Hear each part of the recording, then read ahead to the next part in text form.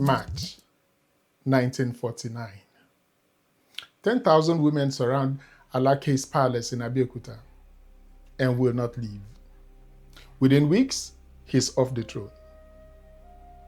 The woman who organized it had been trained by English missionaries to be a proper English lady. Piano lessons, perfect grammar, and a finishing education in London. The same schools that taught her to curtsy for colonial officials taught her to read, write, and organize. She turned all three against them. Ọmọ toríkì rẹ̀ bá jí kì í sun oorun àìníláárí. A child whose oríkì is awakened does not languish in insignificance. The mission schools chanted praises. They didn't expect the children to languish in insignificance. Welcome back to Yoruba History, Identity, and the In-Between. I'm Dr. Zach Shitu. Today, Episode 2, Season 2, The Mission School Generation, How Colonial Classrooms Built the Very People Who Would Out-Argue, Out-Organize, and eventually help end colonial rule. If you're new here, hit subscribe. Season 2 goes deeper with every episode. Let's begin. Take a composite figure typical of the 1920s. A young clerk, mission educated, walking home from the colonial secretariat in Lagos. White shirts, pressed trousers, and a satchel of books. £3 a month. At his family's compound, he takes his shoes off at the door. No matter how modern you are, you don't wear outside shoes in your mother's house. He eats amala and ewedu with his hands. Speak Yoruba thick with proverbs and teasing. Sits with his uncles to discuss a land dispute. Later, he studies English grammar by lamplight for a civil service exam. This was the mission school generation's ordinary Tuesday, fluent in 2 languages, navigating 2 sets of expectations, belonging fully to neither world, or more accurately, fully to both. Here's what the British didn't quite plan for. They built these schools to produce competent clerks and devout converts. What they actually produced was a generation that could read anything once they learned to read, including newspapers, that asked uncomfortable questions, its own family's history, and eventually its own case for self-rule. Let's meet 2 of them. Samuel Akinola, born in 1898 near Abeokuta, baptized at 15. He became a mission school teacher in Ibadan. He believed completely, refused to pour libation for his ancestors, refused the Oro festival, told his father plainly, it's not about better, it's about truth. His father was a traditional chief who needed him at family rituals. The rift never healed in words. But watch what happened anyway. Samuel preached the sermons in English, but kept the rhythm of Yoruba oratory. His wedding was held in a church, and the bride price negotiations followed Yoruba custom to the letter. Samuel thought he'd escaped tradition. He translated it. Wole Adetoro's family sold the land to educate him. The whole compound's investment riding on one son. He finished his commercial course in Lagos, learned bookkeeping and typing, and then nothing. The civil service wanted more qualifications than he had.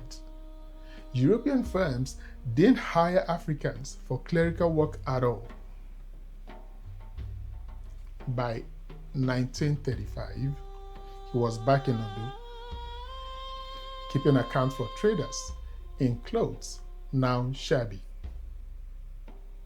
Too educated to pick up a hoe or cutlass, not educated enough to escape needing to. His family whispered, "We sold good land for this?" Colonial education had taught men like Wale exactly enough to want power and want it enough to reach it. That frustration didn't disappear. It went looking for an outlet, and by the 1940s, it found nationalist politics. Step inside CMS Grammar School, Lagos, 1928. Boys in khaki, girls in blue, standing in rows for "God Save the King." Most don't know the words, they know the tune. Then, a Bible reading. Then, the headmaster, himself a Yoruba man. You must be twice as good to be considered half as competent. Unjust, also true. They understood. Discipline was strict. Students caned for speaking Yoruba in class. The irony, punished for their own language in their own country. So, the code switched.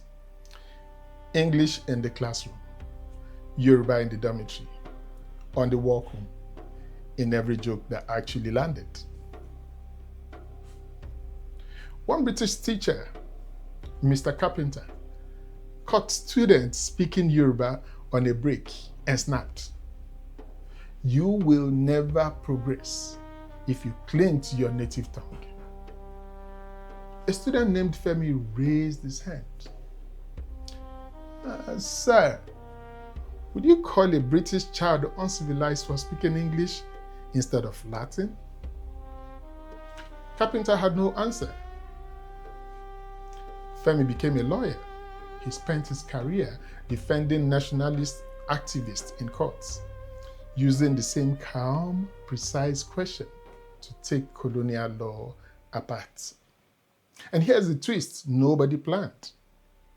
The Bible itself, translated into Yoruba a generation earlier by Samuel Ajayi Crowther, required someone to standardize the language, choose a dialect, fix an orthography, define words.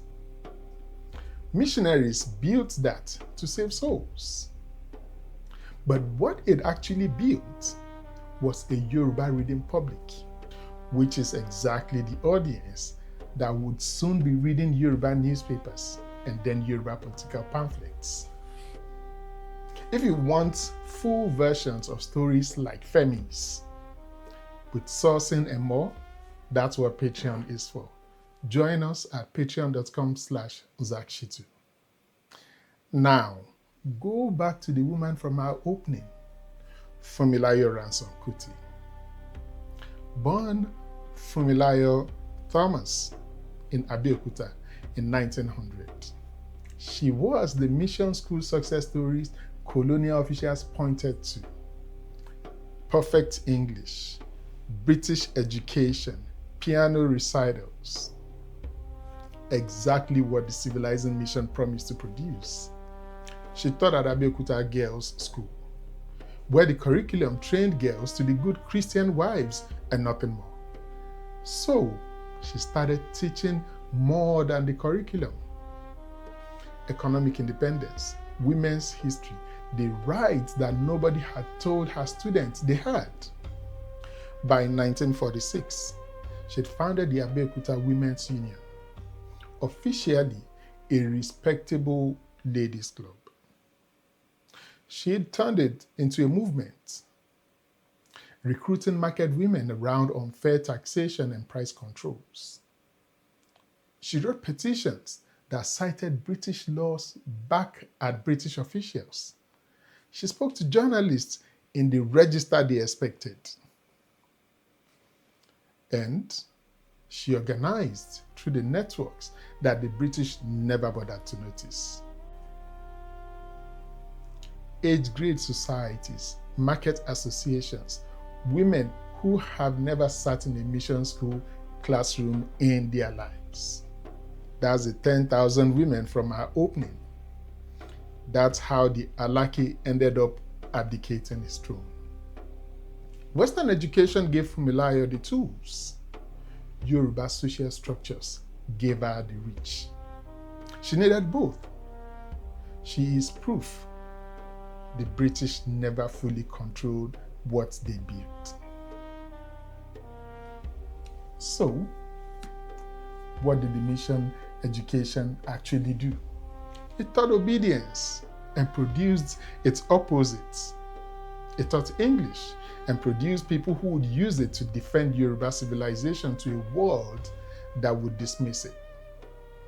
It divided families. Samuel from his father, Wale from his own sense of worth, and it built exactly the toolkit that would end colonial rule within a generation. Ọmọ toríkì rẹ̀ bá jí, kì í sun oorun aláìníláárí. A child whose oríkì has awakened does not sleep in insignificance. The British chanted new praises in English, in classrooms, in exam halls. They never managed to silence their students into obedient submission. Samuel, Wale, Funmilayo, educated to follow instructions, but they never forget their roots.